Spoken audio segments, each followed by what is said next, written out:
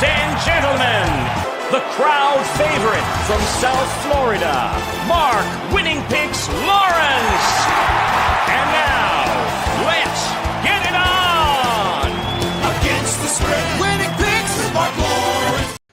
Hey everybody, welcome back once again. This is Mark Lawrence, and we're all set to go against the spread with our college football playoff preview show. And joining me on the show, as he does each and every week, is our good friend Andy Iskoe from TheLogicalApproach.com in Las Vegas. Jim Feist, Victor King are off this week, and we'll also be joined by our producer extraordinaire, Greg DePalma, as we tear apart the 12 teams that we feel will be playing in the college football playoff this year. I also want to remind everybody here that when it comes to looking for winning information before the football season starts, you have to dial into the library here at our ProLine TV library, because you're going to find a ton of interviews here. Greg DePalma does them almost daily.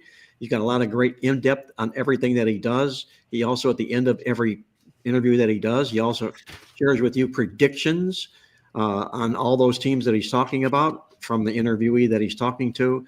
Jim Feist does his regular weekly interviews with celebrity guest handicappers, the smart guys in Las Vegas. That's all available here on the ProLine TV network. And starting August 12th, our next show, Victor King will be rejoining us as we get into our AFC football preview. That's just around the corner. This is a free podcast for everybody, and I'd like to ask you to please, if you haven't yet, hit the like button down below. We would really appreciate that. Also, ring the bell while you're down there. That would be really, really good for us to do all those good things like that. We appreciate your watching. We appreciate the traffic that we get, putting a lot of work and effort into the show. And we really certainly hope you are pleased. We're also going to be presenting our, what we would call the Bet Online contest, the football contest. It's going to be coming up this year. We're still putting plans in place. There'll be plenty of time before the season begins. It'll likely start for the first week of the NFL football season. So we've got a good month ahead of us to get that locked up. So stay tuned for details on entering into our ProLine TV contest, Beat the Pros contest, where you can knock off the likes of myself, Andy Iskoe, Greg DePalma, Jim Feist, and have bragging rights throughout the rest of the season here, saying that you beat these guys in the ProLine Beat the Pros contest. That'll all be coming up here shortly on the show.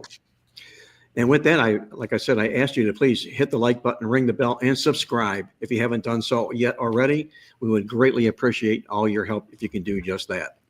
And with that, I want to welcome into our show our leadoff hitter from Las Vegas, our good friend Andy Iskoe from TheLogicalApproach.com in Las Vegas. Andy, I'm going to be out your way next week. I'm going to be signing up for the contest with you. Looking forward to doing just that and having breaking some bread with you and a couple of good friends out there in Las Vegas. How are you doing these days? I am doing fine. As I think I mentioned last week, it's that 22 versus 2 time, 22 hours of work and 2 hours of sleep on a nonstop basis. Actually, more work is involved in getting ready for the season than actually occurs during the season, because once you're in the season, it's pretty much of a routine week after week after week. What we want to make sure of in August is that we are set for both the college and the NFL seasons to begin. So that's 136 plus 32. That's 168 teams that we have to follow as far as being set. Now, we don't necessarily make plays on some of those smaller conference games, but they play some of the big boys, and you want to know, are they going to be competitive when they're getting plus 32 in playing at say Texas A&M or something along those lines. So it's a lot of work, and I enjoy it because, I've been lucky in what I do, and I guess, you guys are the same. You found a passion that you can make a career out of. And when you have a passion, 22 hours is no big deal, because you'd be spending that kind of time doing something that you don't enjoy as much, whatever hours of the 22 that you take away. Yeah, you can only watch so many Netflix movies. I understand that, Andy. And you're also preaching to the choir when it comes to that 22-2 rule, which we basically live by throughout the course of the football season here. Greg DePalma from Prime Sports Network. I know you've been very, very busy of late here, doing all these great interviews with all of these media people across the country. How are you doing these days? Good. I'm happy to know that we still have a month to go before the NFL season begins, and we still have 3 weeks to go, I guess, before college football begins. And I'm happy that I started the interviews early this year because I needed all the time I could get to get as many of these preseason interviews in as possible. So yeah, it's going to be a heck of a next month. But as Andy said, it's there might not be enough hours in the day, but it's fun work. Well, we're doing this podcast on Thursday as we usually do. Next week, we're going to be doing our podcast on Tuesday because I have to fly out to Las Vegas, as I mentioned here. So next week's podcast will be a couple of days early. We're going to do that on Tuesday. And this week starts the first official week of the National Football League preseason. And I mentioned that because we just put together over the weekend this puppy here. This is the second Playbook preseason football newsletter. Outstanding production, both of them this year. Well, thank you, Andy. I really greatly appreciate that. It means a lot. And I think our listeners and our viewers out there might think the same thing when they get their hands on this. And best of all, it's no charge. It's free to you. All you need to do is log on at playbooksports.com. You'll see the newsletter, a copy of the newsletter on the cover. Just click on it, download it, and it's free to use. And you'll use it all throughout the preseason, throughout the month of August. A lot of great information and details inside that Playbook preseason football newsletter. With that, guys, let's move over to what we're all about here this particular week, and that's who will make the college football playoff this year, this Big 12-team college football playoff. We know that last year it expanded to 12 teams for the first time, and a few surprises, to say the least, no less about that. Last year, reviewing just a little bit here, the rankings are based on strength of schedule, results, championships won, and common opponents. The top 4 seeds last year, they were Oregon, Georgia, Boise State, and Arizona State, surprisingly. They were the conference champions with the first round byes. The biggest discrepancy had to be SMU getting in and keeping Alabama out.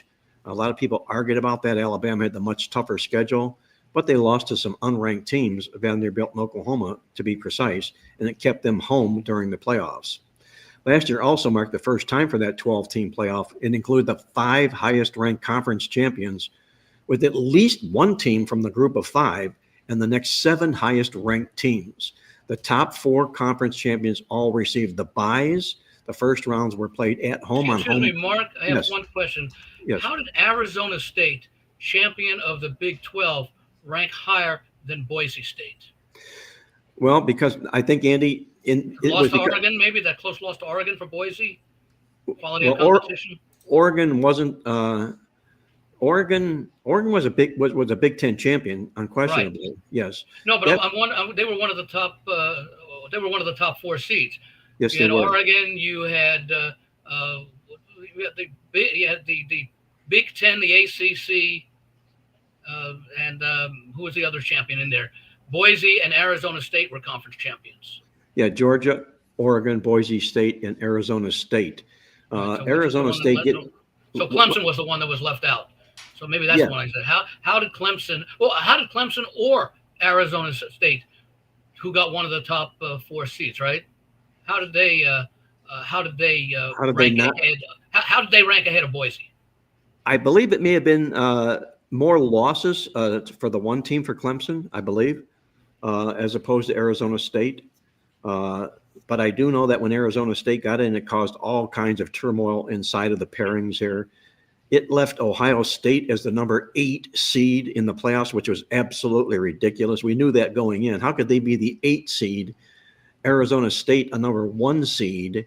And if they met and played in the playoffs, Ohio State would have been a healthy double-digit favorite against them. I think part of the reason is, and I think it had to do with the other conferences other than the SEC, wanting to make sure that at least there's 4 power conferences, that at least one team from each of those conferences gets an opportunity to play a second round game, meaning more money for that conference. So, I mean, if you did it based on quality, you could make a case that the top 4 seeds could have gone 2 to the SEC, 2 to the Big Ten. They could well have. But I think that I know what they wanted to do, Andy, is they wanted to represent a team from each of the major Power Four conferences. Yeah. Rather than doubling up on a team from the SEC or the Big Ten. And that's the reason everything was spread out the way that it was, unfortunately. No, that's why I wonder how Boise got one of the top 4 seeds, being from a Power 5 conference, whereas I guess it was ACC did not get one. They may be the number 4 conference in the top 4, but that's still a major conference, and maybe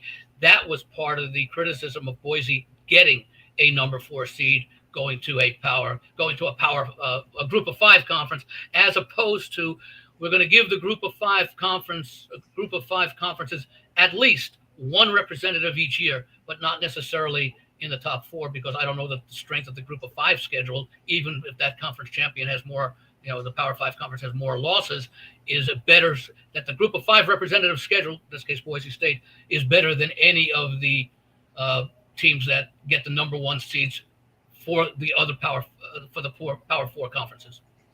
Well, those home games that were played by the higher seeds, they all won at home by double-digit margins in the opening playoff game. So obviously, it means a lot to garner one of those top 4 seeds, and it was proven in the results last football season here. We all know that Ohio State won its 2nd college football title and its 9th overall national championship. But as I mentioned, they did it as a number 8 seed. There were 6 teams that made their college football playoff debut last year, largely because it expanded to 12 teams. They were Arizona State, Boise State, a couple of the bye teams, Indiana, Penn State, SMU, and Tennessee. But this is what blew my mind a little bit here, guys. I'm labeling this our incredible stat of the college football playoff. And it's just that. Of the top 4 seeded conference champions, number 1, Oregon, number 2, Georgia, number 3, Boise State, and number 4, Arizona State. They all had the first round byes, and they all lost in the quarterfinals. They went out just as quick as could possibly have been asked for. 1, 2, 3, 4, all dumped in the quarterfinals last year. I don't think we're going to see that again this year, but it caused a lot of turmoil in the college football playoff last football season here. Let's take a look here, guys, if we can. And look at what these current odds are for the teams to make the college football playoff this year. And these are current odds as of today. I went and looked at them at DraftKings. DraftKings is not a site that I recommend to anybody because they just take massive advantage of all the players, but they're also readily available with their information. So, they're sort of a go-to for the information, but I wouldn't touch them with a 10-foot pole when it comes to playing because you will definitely be taken advantage of. The current odds to make the playoffs at DraftKings, as we're speaking today, Ohio State, the favorite, at minus 400. Number 2, Penn State at minus 350. Then it's followed up by Texas at minus 330. Oregon at minus 270. Georgia at minus 250. Clemson and Alabama each minus 200. Notre Dame at minus 190. Followed by LSU plus $1.25. Followed by Miami of Florida at plus 170. And last of all is Ole Miss at plus 175. Those are last of all of the major conferences. Then at the very bottom of the 12th team, it's Boise State, the team that will likely represent the group of 5 this year. They make the top 12 as we're speaking right now at plus 190. And they don't make the top 12 because they need to put a group of 5 team in there. They just make it largely because of the odds that are being posted here. None of those odds are being reflected because they have to take a group of 5 team. But they're a prohibitive favorite to win the Mountain West. Yes, they are. Which gives them a likely chance. Figure they're going to lose to Notre Dame. I don't see another game on their schedule. It's at Notre Dame. I don't see another game on Boise's schedule. Maybe they'll be a mid to high single point favorite on the road at one of their conference foes, but I don't see them in danger. And, I can't say that about the other group of 5 conferences where you could, in most of those conferences, maybe all of the other ones, you could make a case for 2, possibly 3 teams as winning the conference title. I think my point is this, Andy, is yes, Boise State's there at plus 190. And would they have been any higher or worse had they been able to put any other team they felt power rated better than they, like Michigan at plus 200, A&M plus 215, Tennessee, Louisville at plus 300? Do they keep the lid on those odds on those teams I just mentioned because they had to put Boise State at the number 12 slot? Well, yeah. Take a look at the number of teams. I've got, for example, and I'm not going to say who they are right now, but they closely mirror the odds. And I did not look at the odds when I put my field together.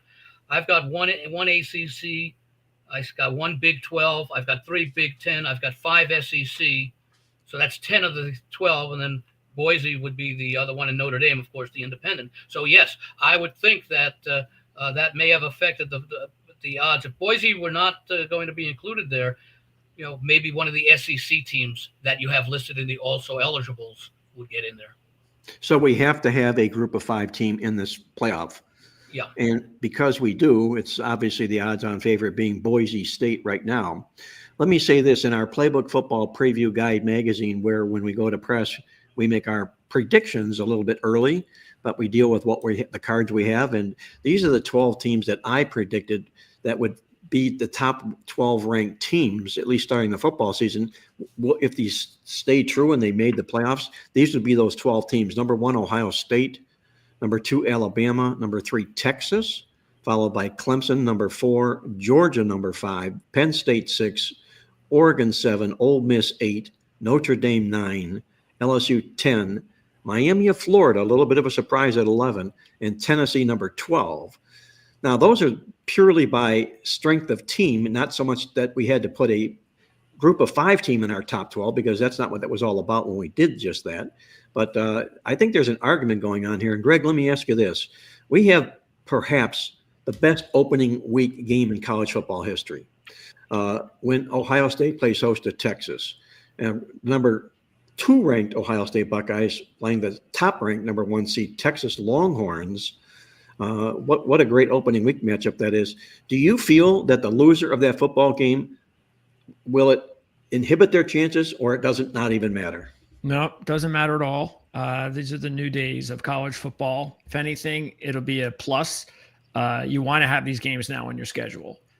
Because bottom line is you can, again, we saw what happened last year. If you have 3 losses, that can definitely impede your chances of getting in. But there were reasons why teams like Alabama didn't get in. They were blown out by teams and losing to Vanderbilt, and that they had a shaky schedule. So as long as you're a pretty dominant team all year, and you can lose to other dominant teams, you can still lose up to 3 games, and you're still going to make the playoffs. What's unusual is this number 1 and number 2 seed ranking. It's the first time ever that 2 teams open the season doing just that. And I have a database of all the results of teams that have met since 1980 involving number 1 and number 2 seeds. And the money goes largely to the number 2 seed. And it goes largely to the number 2 seed because, number 1, they're primarily the underdog in the football game, which is maybe the added incentive that they need to get them incentivized or at least cash a ticket.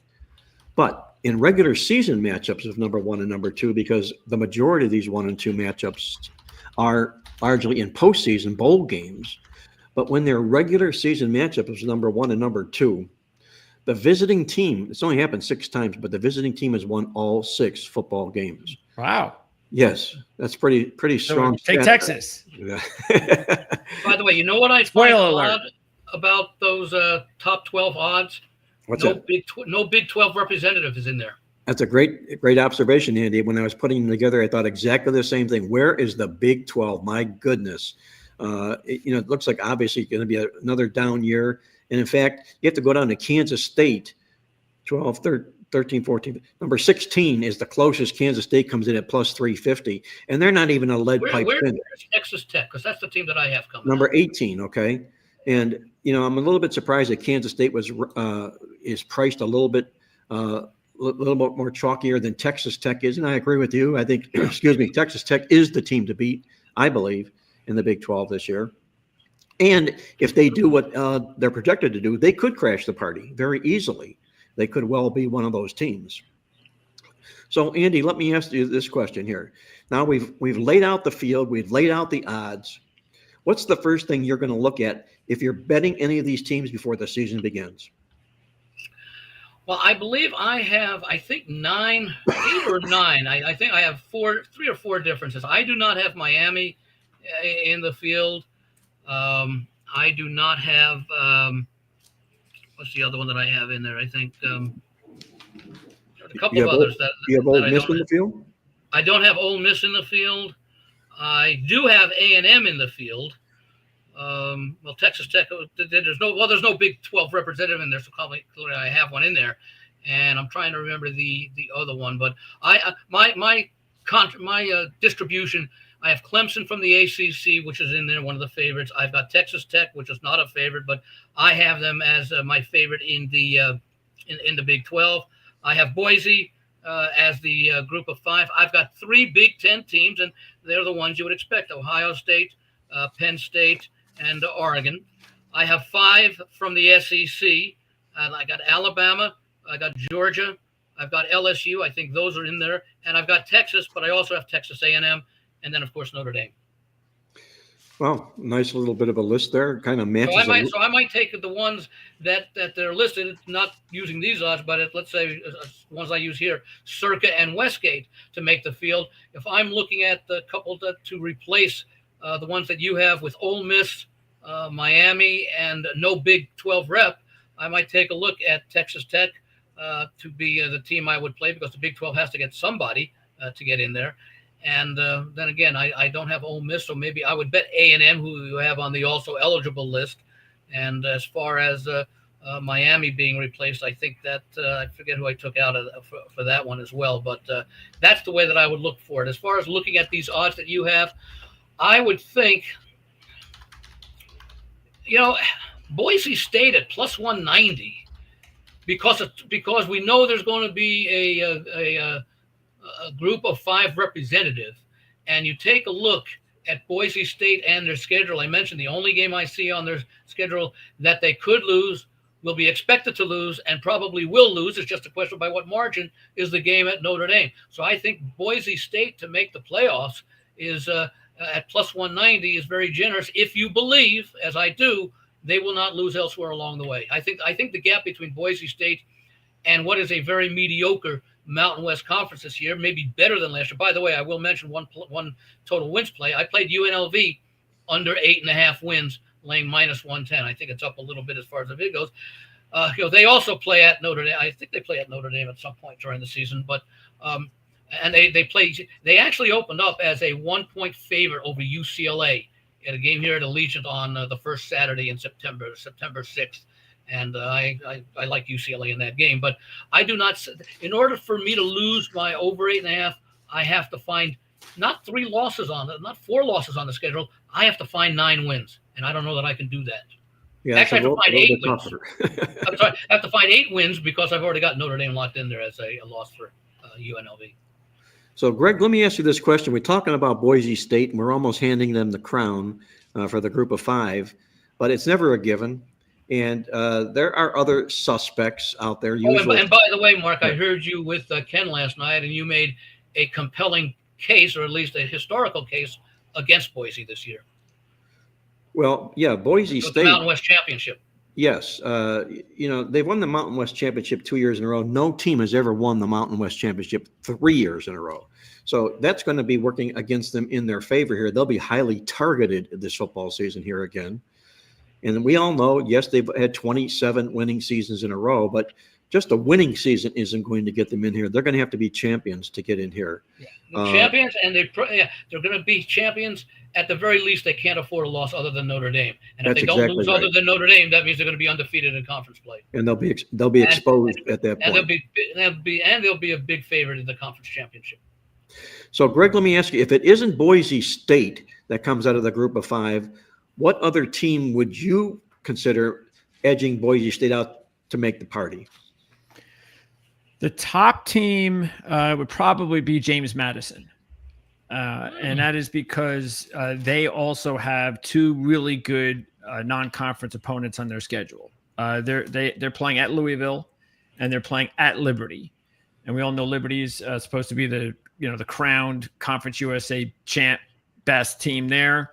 And James Madison did have a couple of losses they would like back last year, but it's another year in the system. This Chesney coach is doing a really good job there. The offense, skill position players look really good again, especially at quarterback. They're deep at quarterback. Matter of fact, their backup quarterback is the kid that transferred over from UNLV last year when they were undefeated early. And that's their backup. So I think James Madison would be a good one. And we all know the Sun Belt Conference is a growing conference. They're getting more and more respect every year. So I would look at James Madison as their biggest possible roadblock. And another couple of teams I would look at would be in the AAC. Yep. And again, I think the AAC is wide open because I think Memphis and Tulane are going to come back down to the pack. But I think Navy is going to be interesting. Excuse me, Greg. How does the transfer of Retzlaff to Tulane affect your opinion on Tulane? Not a whole lot because of the fact that, well, first of all, I mean, he got in late. And I know he's a good quarterback, but let's keep in mind he comes with baggage. Well, but that's not football playing baggage. Yeah, no it's not. Retzlaff is a tough kid, and that's what I think is the best thing about him. But I'll tell you right now, Mensa I think is a better quarterback. And so even though Retzlaff comes in to replace Mensa, it looks like I still think that's a drop down. And we have no idea how he's going to interject with the team. They also lose Hughes, as we know, which is a big loss. They lose Williams, a receiver. That's a big loss. So, yeah, again, I think I don't think Tulane can't win the conference. I just think they're coming back now down to the pack. So I think it's going to be a lot tougher at the top. And that's why I think teams like Navy and North Texas are going to have a good chance, just as good as the other teams. How about San Antonio? I think they have a decent chance, but there are some holes on the team that I don't like, especially on defense. I don't know about, I think when they were really successful a couple of years, they had such a good, and I know McCown's a pretty good quarterback, but Harris was such a good leader and such an experienced quarterback at that time. And they had that Sincere McCormack running back that was such a big-time running back that was playing for them. And he also had Franklin and another receiver, I forget his name right now. They had stars at quarterback, running back, receiver. They don't have any stars now. They just have good players, and they're very well coached. So when I'm trying to look at teams that I think can have that special season and lose maybe just one game, then that's why I'm trying to look at teams that might have those types of special players. And we know Blake Horvath had an incredible year for Navy at quarterback last year, and he's coming back again, including their top two runners.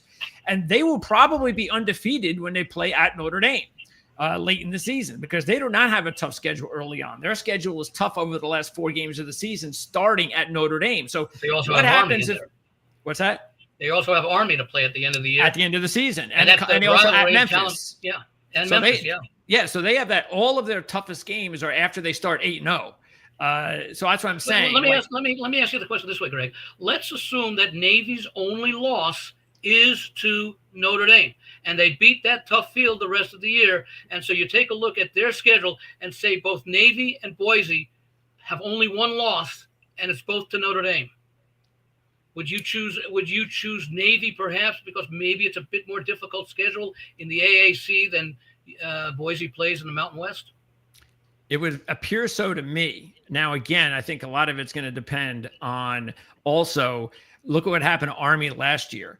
It's a very difficult thing for these teams now, the Navy Army deal, to be preparing to play the Army Navy game, and then they play a championship game. I mean, that back-to-back thing is psychologically very difficult, as we saw last year by Army. So that's another roadblock. But to answer your question, I do think Navy's schedule is a little bit tougher, so it'll probably just come down to it's not only tougher; it's tougher at the end of the year. Yep. When supposedly you want to be playing your best, so you're playing your best against the best competition.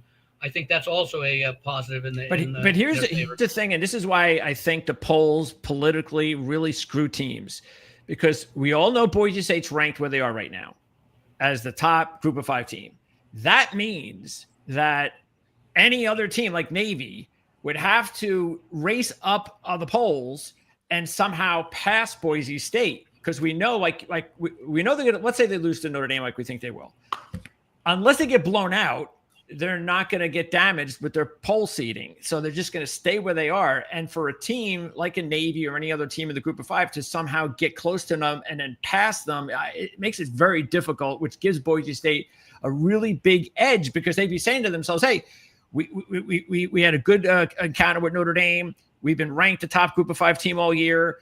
We haven't lost. Why are we getting passed over by these teams that were ranked behind us?" And that's why I think polling can be so unfair in those situations. Guys, let's take a look here over at the AAC. where I know you guys, you get a little deep here into the possibilities of somebody representing anybody other than Boise State. And there's two teams you can really make legitimate cases for, both Memphis and Tulane inside that conference. And they both each host a tough opponent. Memphis is going to host, looking up and down their schedule, Arkansas, okay? And Tulane is going to host Duke, okay? If they can get by those two football teams, they're not going to play each other. They could conceivably be undefeated when they go into the championship game, win the championship game, and then be undefeated at the end of the football season. Now you have an undefeated team coming out of the AAC. You got a one-loss Boise State team. Let's give them the loss to Notre Dame and let them win the conference. Who do you choose, the undefeated team out of the AAC or the one-loss team, Boise State, coming out of the Mountain West? The undefeated team. I agree 100%. I don't even think it would be a debate, especially because, like you said, if they go undefeated, they would be playing I know it's not Notre Dame, but it is an SEC team. And does Tulane also, if we're just going to go with by this Memphis thing, is Tulane playing one of those? Because they usually play tough opponents as well early on in the season. What about Florida State 2 years ago? Undefeated, got left out. Now, of course, that's different. It was a 14 playoff. There were a lot of reasons, Andy. Yeah. Tulane's at Mississippi.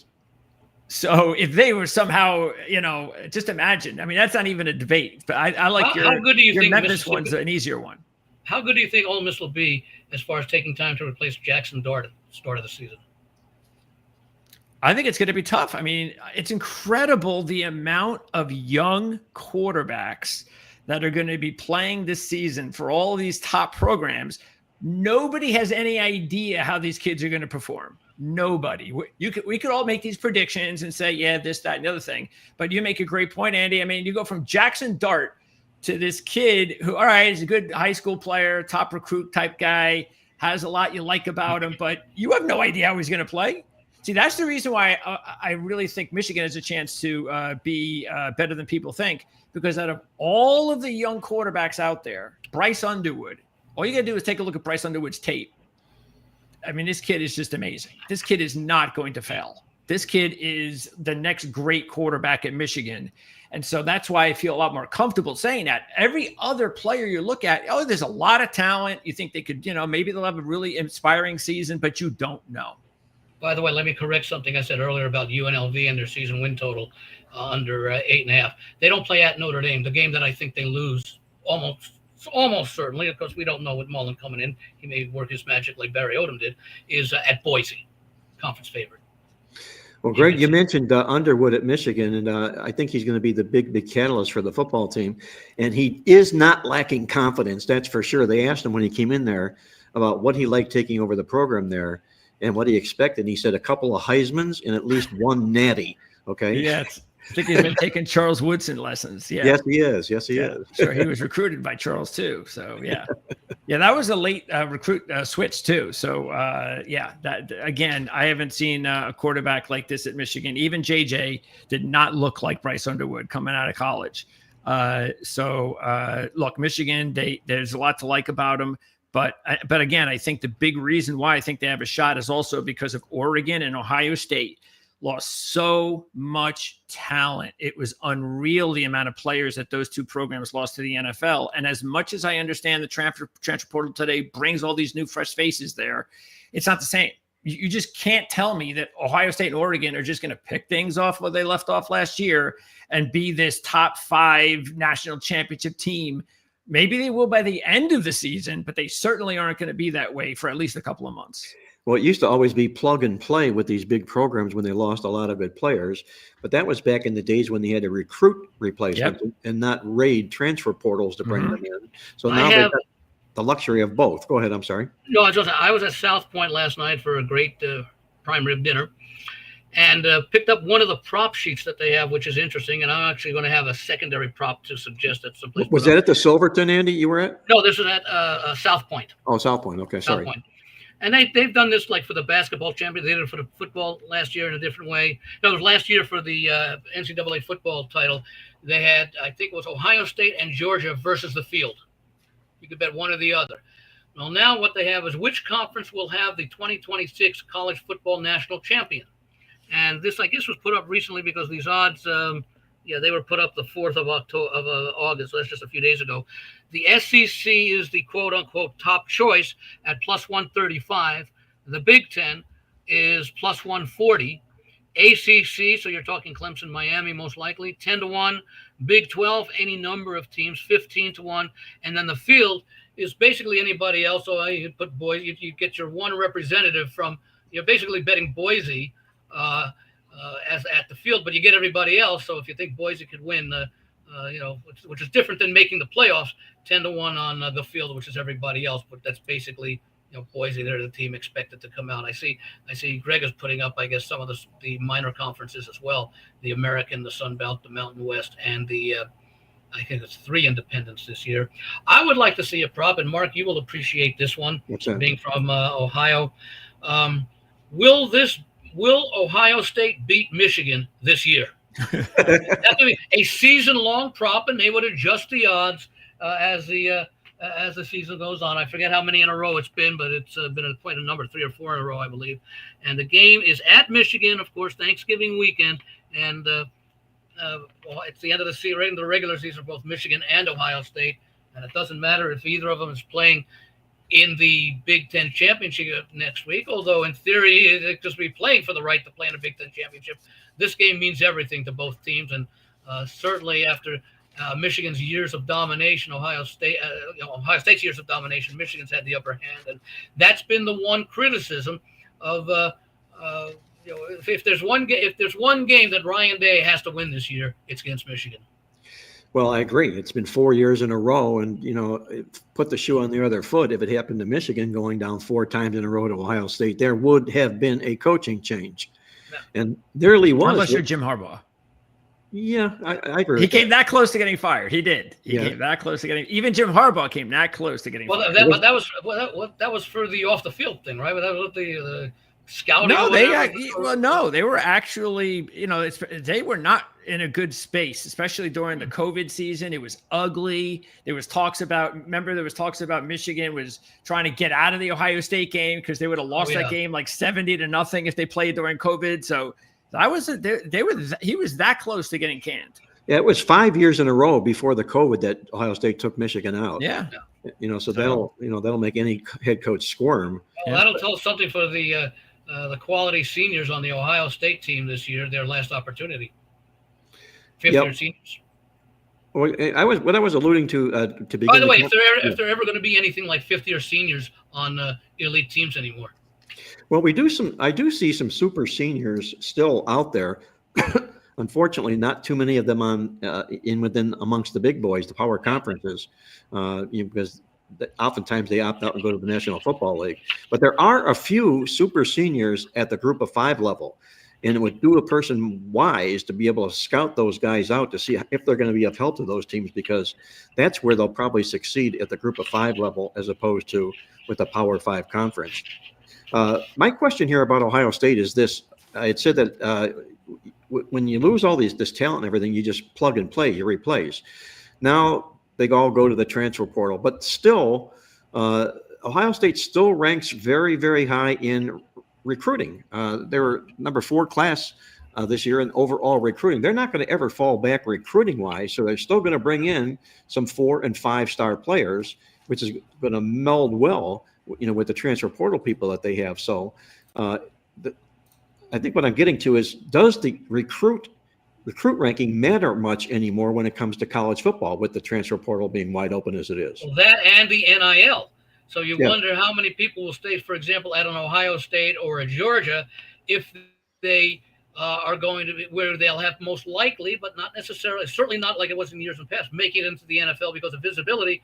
If they get an attractive offer NIL wise that, let's say, Georgia can't match because they're committed to better players, more talented players, and they go to maybe a Group of 5 team because they're getting more money, they're still going to have visibility. And of course, the transfer portal makes it very easy to do that. I think that is the changing landscape. That I think recruiting, and I think your numbers, Mark, did you explain recruiting? Does that include transfer portal and No. regular recruiting, or just pure recruiting? Just pure recruiting. By the way, let me mention something that Greg will be interested in.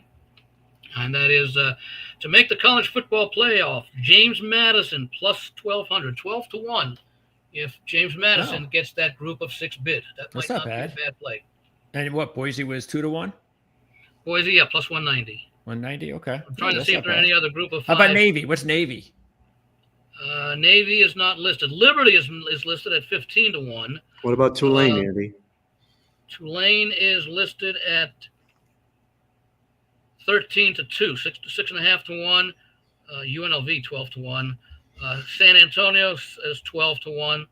Toledo, again, chance to make it out of the MAC. Toledo, 20 to 1. a MAC team. Yeah. And I think, why do they have Louisiana in here?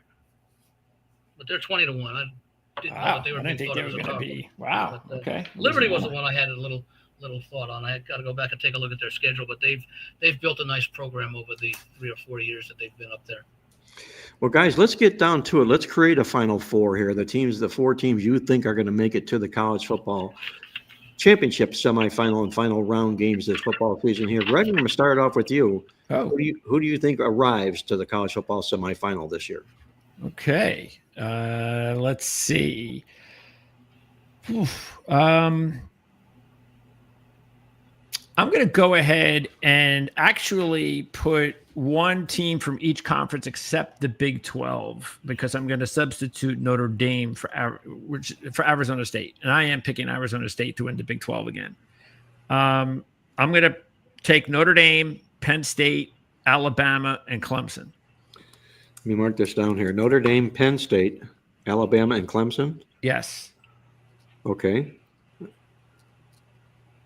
That's a nice 4-pack. I'm seeing last year's champion missing, but it's still a nice 4-pack. Andy. Yes. I thought about James Franklin. They got a lot coming back, and I can understand them being, in fact, let me see. Franklin in the elite class? Well, if you look at the odds to win the conference, again, I've got the South Point sheet in front of me because that's what I picked up last night. They're all between, Ohio State to win the Big Ten, plus 210, plus 225 on Penn State, plus 275 on Oregon. And then I think the next closest is Michigan at 9 to 1. So you're looking at those 3 teams being clearly ahead. I'm going with Penn State as well this year. I just think they have so much that I think Oregon has a lot to replace. Ohio State, tough to do it back to back, although it's not unprecedented. But again, remember, you got to win more than one game and certainly more than 2 games as you had to in recent years as well. I have 2 teams out of the SEC. I've got Georgia and Texas, and I've got Notre Dame. Okay, Georgia and Notre Dame. Very good. Mark? My Final Four, I've got in descending order. I've got Alabama. Number 4? Yes. I've got Georgia, number 3. I think they've got a lot to prove this year, and they also have a lot of talent there. And I've got Clemson making it to the championship game this year. I think they're a surprise team. They're not going to be a wise guy surprise team because they're just absolutely loaded with experience. They are even money, by the way, to win the ACC, and the next closest, Miami, at 4 to 1. At 4 to 1? That's a pretty solid favorite. Yes, it is. And I've got the defending champion Buckeyes returning back to the big dance, or back to the championship game again this year. So make it Ohio State, Clemson, Georgia, and Alabama for me. All right. And who is your pick to win it all? As much as I have to fade Clemson, who I love dearly, and it's not because I'm from Ohio and my allegiances to Ohio State, so forth and whatnot. If you read the Playbook Football Preview Guide magazine, I know when I do that every year, I'm kind of pinned and forced to pick a champion or pick a team that's going to end up being the champion. And it was very, very difficult for me not to get to Ohio State. Just a lot because of who they are, what they return. It's all about defense here. And the Buckeyes are going to be the best defensive team in college football this year. And I know they're going to be targeted. They're going to have that bullseye on their back this football season here.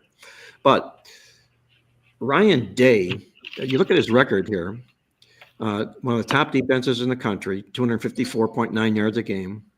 He's 70-10 against other FBS coaches. That's an 875 win percentage. He does not get out-coached or lose too many football games. And after winning their 2 national championships, Ohio State that I mentioned earlier, they've gone 23-3 the following year. So I don't think there's going to be a letdown in order here for the Buckeyes this football season here. I say just too much talent, too much defense. Ohio State wins the crown again. Andy? I am going with one of the top coaches that proved it initially as an assistant for Nick Saban, and now has proven it over the past decade at the University of Georgia. And they've been playing towards the last game of the season for several years in a row now. Last year they came up close. I'm going with Georgia. I like that, Andy. So the 2 powerhouses back in the championship again, winning the championship again, I should say. And who do you have Georgia playing, Andy? Ohio State?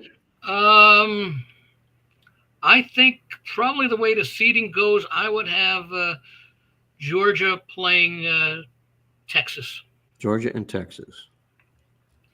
And you have Clemson as the runner-up, Mark? I've got Clemson as the runner-up, correct. Well, I have Clemson winning the championship. There you go. Thank you very much. I like that. So, I think Klubnik is going to have a really good chance of matter of fact, my pick in the championship game is going to be Penn State and Clemson. And I think in the 2026 draft, those would be the 2 quarterbacks, 1 and 2, Klubnik and Drew Aller. Could well be. The kid from LSU is going to get a lot of notoriety too, Nussmeier, but we haven't even mentioned him, in this talk about. Well, I've got him one of my 12 teams. I do too. Yeah. Yes. Yeah. I think it's time for Brian Kelly he's too good a coach. They're a talented team. They've got one more year with Nussmeier. They got to get through. Yeah, the question I have for you, Greg, I guess, because you're the one who has Clemson winning it all.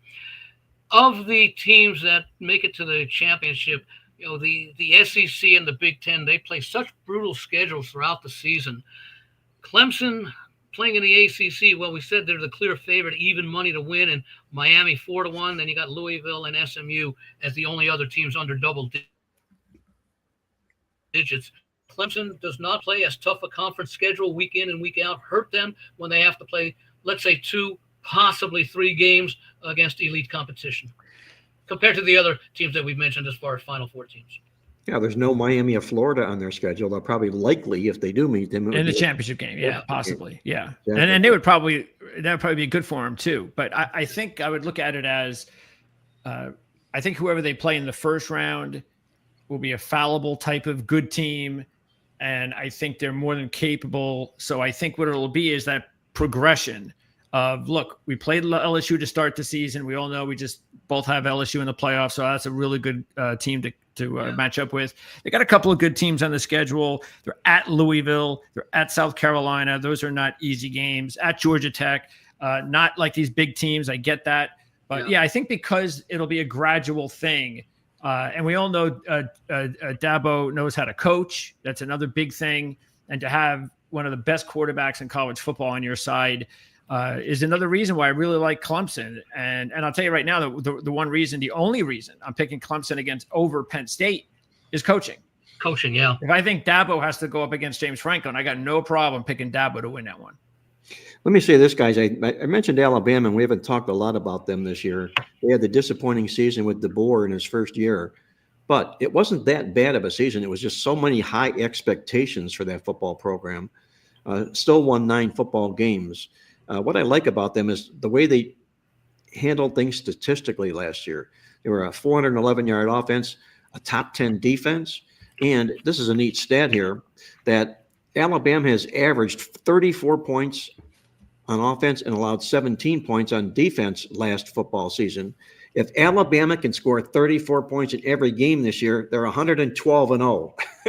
112 wins in a row for Alabama when they put 34 on the scoreboard. They're going to be how big of a test will that 34-point theory be against Florida State at Florida State to open the season? Well, if they can put 34 up there, I think the Alabama defense is good enough to hold fort. I don't think. Yeah. No, but I'm saying Florida State's defense as far as Alabama's offense.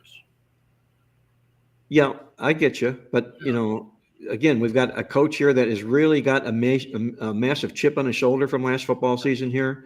They're pretty strong with returning production ranking. They rank number 13 overall defensively, 29 overall in the country. I think they're chomping at the bit here this football season, Alabama, and that's why I have them making the Final Four. And you've got I think Georgia would be another team that could give Alabama. And it's also a revenge game for Georgia, as I recall.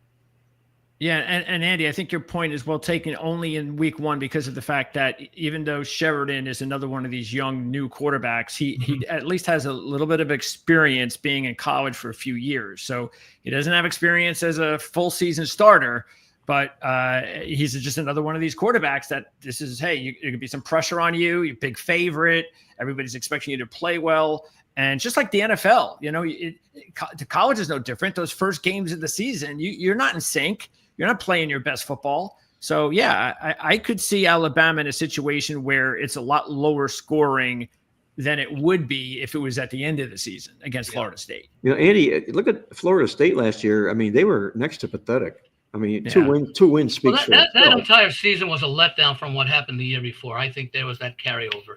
Yeah, well, they lost a ton of talent. I mean, they were just but the way they recruit, that's not a 2-win team. But defensively, they were good. Yeah, they were good if defensively. you take a look at Florida State, just on the talent that they recruit, a bad year for them would be 6-6. I don't know. They were out-yarded over 100 yards a game last football season here, and only a 270-yard offense here. No, that's where I think the letdown comes down. That for some reason, I don't know if the players lost confidence in the coach or not. Well, again, they had no talent on offense. It was not good. It was ugly. And if you want to blame their coach for anything, you could blame him for not having enough talent that once, whether through the portal or through recruiting, that once all these players left, that's what you left them on offense. That was pretty bad. Yeah, we'll see what Gus Malzahn's all about. He's got the offensive coordinator job here at Florida State, and if he can revive that offense, they could be a player in the ACC for sure. Because you take a look, Mark, and this is some of the good information you provide with the recruiting history and the number of 3, 4, and 5 stars. And you take a look at, most teams have 0 or 1, unless you're an elite team where you might have 3 or 5. You've got Florida State having one from a couple of years ago. And then the last 4 years, 4 stars, which is a pretty good indicator because that's still a nice commodity. 15, 8, 6, and 14. That's 37 from the last 5 recruiting classes as 4 stars. Now, the thing we don't know is how many of those guys were with the program for the last 2-3 years, possibly going to the portal or, they wouldn't have gone to the NFL if they were just recruited. But I was surprised that Norvell came back. You mean that they didn't fire him, or that he? For a program like Florida State, we had a big buyout though. So, I mean, they got some wealthy alumni. I think again after nearly taking them, and who knows if Travis stays healthy, we know they go to the playoffs, and we know in a 14 playoff that year they had a chance to win the championship. So to fire him after the next year when he lost everybody on offense, I just think would have been. I don't think that would, especially with that buyout. I think it's all right. We'll give you one more year. Like you said, you bring Malzahn in. They're bringing this Castellanos kid from Boston College, and I'm not sure that's going to do anything except maybe get them back to 500 with that defense. They're still a couple of years away from being relevant. My accounting background comes into play when I say the question that I would have is, what was the attendance drop off over the second half of the season last year at Florida State home games? Well, it depends. Do they count empty seats as people in attendance if they bought a ticket? I think they do. Tickets sold, yeah. Maybe you go and you see what the concession results were, but teams. When you're used to success, it's very difficult to get excited for a team that is 2-7, and you're approaching 2 weeks from Thanksgiving. No question about it. Okay, guys, before we wrap this thing up here, and we've got a real nice overview here about the prospective teams making the college football playoff this year. I'm going to ask you guys for one wild card sleeper that you think can come in and crash the party. Nobody's expecting them to make the college football playoff this year. If you had to make one team that party crasher, who would it be? Greg, I got one, and I don't know if you might have it. So, let's let Greg go first. What's the number here, odds wise? Are we looking at? So we have a barometer. What are we talking about here? Well, And I know you didn't say championship, but no, I did, but I listed the top 12 odds at DraftKings, and then the next 4 odds down to 16. I'll tell you what, I've got the odds for the team that the three of us are likely to mention, not which specific team, but I would imagine one of the teams that each of the teams we will mention will have playoff odds. I've got those in front of me. Okay. Like, for example, James Madison, I mentioned, was 12-1. That would be a long shot, but I think you're probably talking, well, that would be a long shot surprise only because there's only one spot available. I can go first if you'd like. Yeah, go ahead, Andy. I was going to go with a Mission team that has a history of a successful coach, and they are plus 4. It looks like 445. No, you know what? They're not even listed. Even better. Oklahoma State coming out of the Big 12. Whoa. Well, that would be a party crasher, but I'll tell you what, you do have a nice head coach. Yes. Yeah. But you have a head coach that's playing with vengeance this football season here. And if that happened, they'd win a Big 12 conference. That's really, for all intents and purposes, Something arguably wide happened open. there last year because they started 3-0 and they never got to 4. That doesn't. It can't be. Unless every starter was injured, and that was not the case. But there's something wrong, and not that the 3-0 start was against anybody great, but. By the way, they did have some key injuries, though. They did. Most teams have some key injuries, though, but yes. No, yeah, and they weren't as deep last year. So once they lost those guys, some of those guys, they were in trouble. So because I don't know that there's any clear. Although I do like Texas Tech as the favorite there, but I'm going to go with Oklahoma State. Mission team, well-respected coach with a good history. That's pretty wild. That's a good one. Greg? One of our viewers has one. Who's that? I don't see my screen. Go ahead, Greg. Oh, you don't? Nebraska. Chris Piro says, party crasher, Nebraska.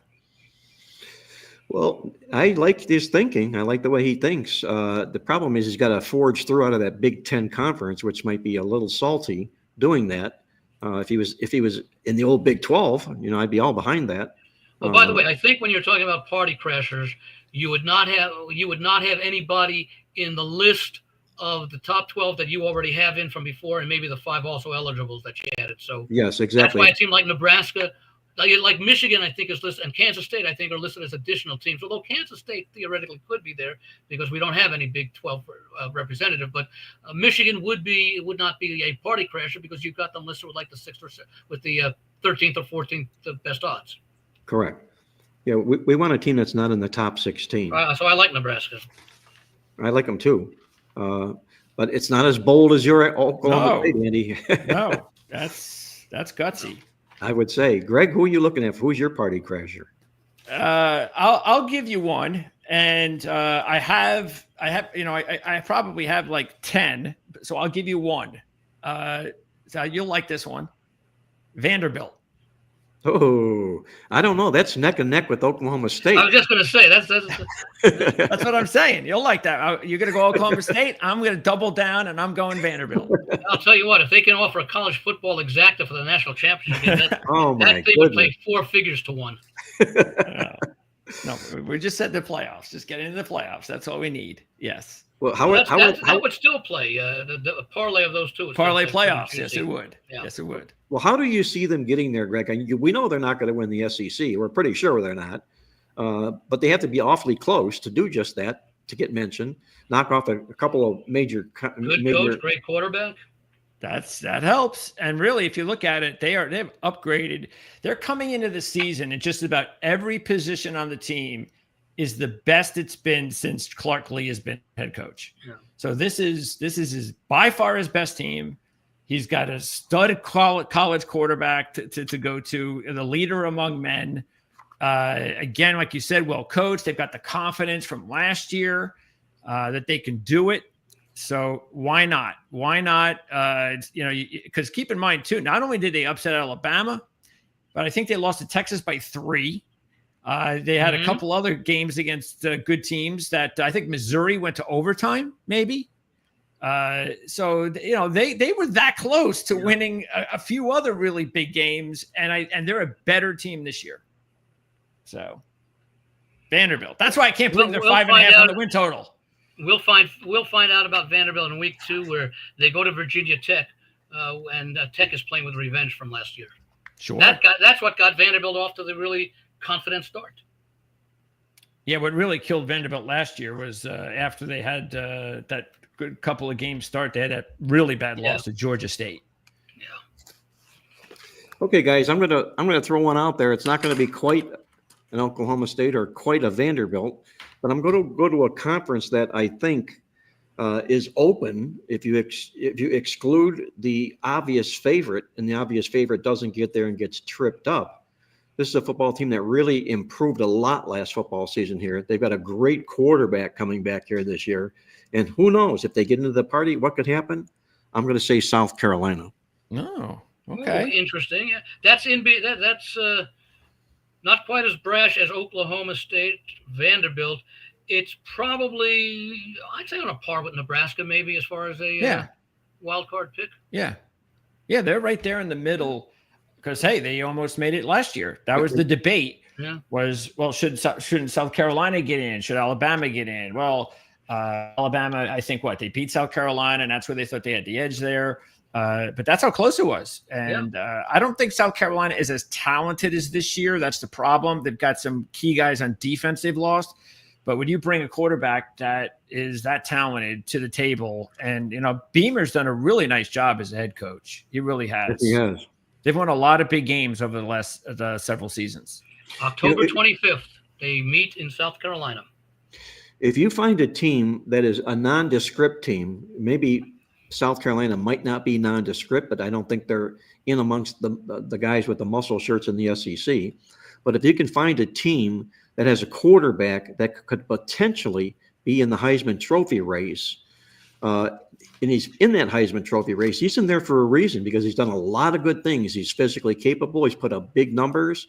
And if South Carolina knocks off a couple of teams that they're not supposed to do, and Lenora Sellers was the reason they did just that, this football team, I think, could end up being like a snowball rolling downhill. See, I'm wondering with that analogy, if he might not necessarily vault South Carolina in the eyes of the public, but maybe become a more legitimate Heisman Trophy contender.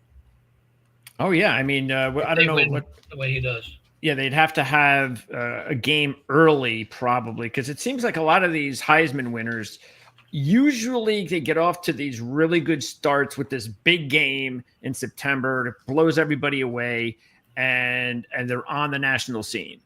The first 4 weeks at Virginia Tech, South Carolina State at home, Vanderbilt at home, at Missouri. Maybe there's a game that. Well, they could open up 5-0, Andy. Yeah. Theoretically, they could open up 5-0. That's a whole lot of momentum. I'll tell you what, if they open 5-0 and he's playing well, he'll draw attention for the attempt at 6-0, which is at LSU. Yes. Well, and they better open 5-0 with that schedule in the second half of the season. Yeah, following a bye week, by the way, at LSU. And look at that. LSU, Oklahoma, Alabama, Ole Miss, Texas A&M, Clemson. Wow. Yeah. Okay. You better be 5-0. Well, that's got to be that snowball gathering You could end up momentum. 6-1. Yeah. The only other win would be Coastal Carolina. But that would be the way. Yeah. Get off to an undefeated start, upset LSU to get that keep that momentum going. Where and was then you'll Travis be right Hunter there. before this season started as a Heisman candidate, if he even was one? No, he was one because a friend of mine bet him, I think, at like 22-1. So he was. He bet Sellers. Yeah. Yeah, Hunter. Yeah. Well, guys, that was a great show we just did here. We could probably talk for another hour and find other Nebraska, Oklahoma State, South That'll Carolina. be next week with the NFL. Yep, exactly. Well, I'll continue to talk about college football tomorrow at 4:00 on the Pigskin Friday show. Great. So we'll definitely go into even more detail about a bunch of other teams to keep an eye on, some surprise teams. So we'll do that on the show tomorrow. And I know, Mark, you'll be joining me on that Friday show with Jim real soon. Yes, like you said, NFL next Tuesday. That's the other thing. Keep in mind, this show is next Tuesday, not next Thursday, just for 1 week. Yeah, incredible. But we're going to do it a couple days early, like I say, because I got to get out to Vegas and have some chow with Andy and fine dining, fine friendship, and fine fun.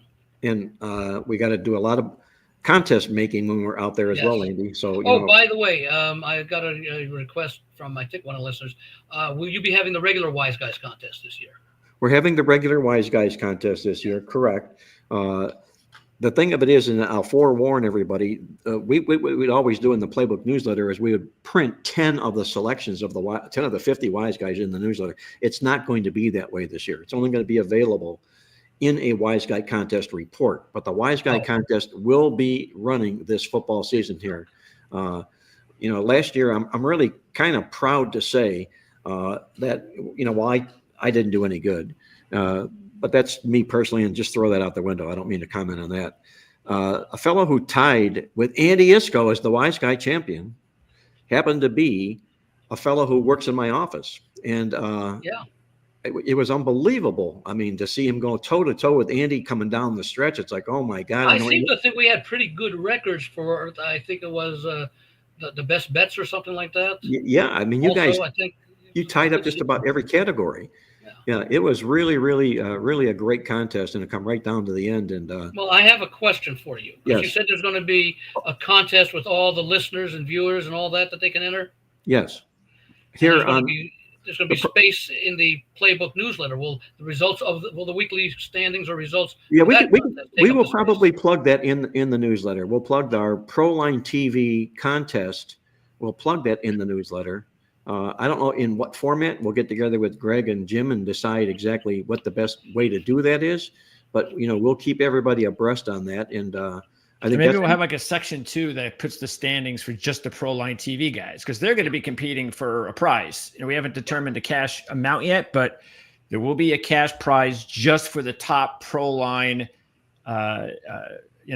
member in the contest. So even if you wind up being like 30 points behind the experts at the end, you'll still be battling with your fellow ProLine members for cash prizes. Whoever is not part of the ProLine staff, and we're part of that staff, is ineligible. So the top non-staff member is the one we're talking about. Top viewer, listener, reader, etc. Let's just hope that we don't collectively all go in the toilet this year, and everybody, all the listeners, end up looking. They'll be hosting the show next year if that happens. We'll be taking applications. They'll be the new experts. Exactly. Hey, guys, I'm going to put the wraps on the show this week. It was a great show. I want to thank our producer, Greg DePalma from Prime Sports Network, our good friend Andy Isco from TheLogicalApproach.com in Las Vegas. And until next week, once again, this is Mark Lawrence, reminding you to always remember to bet with your head, not over it, and good luck as always.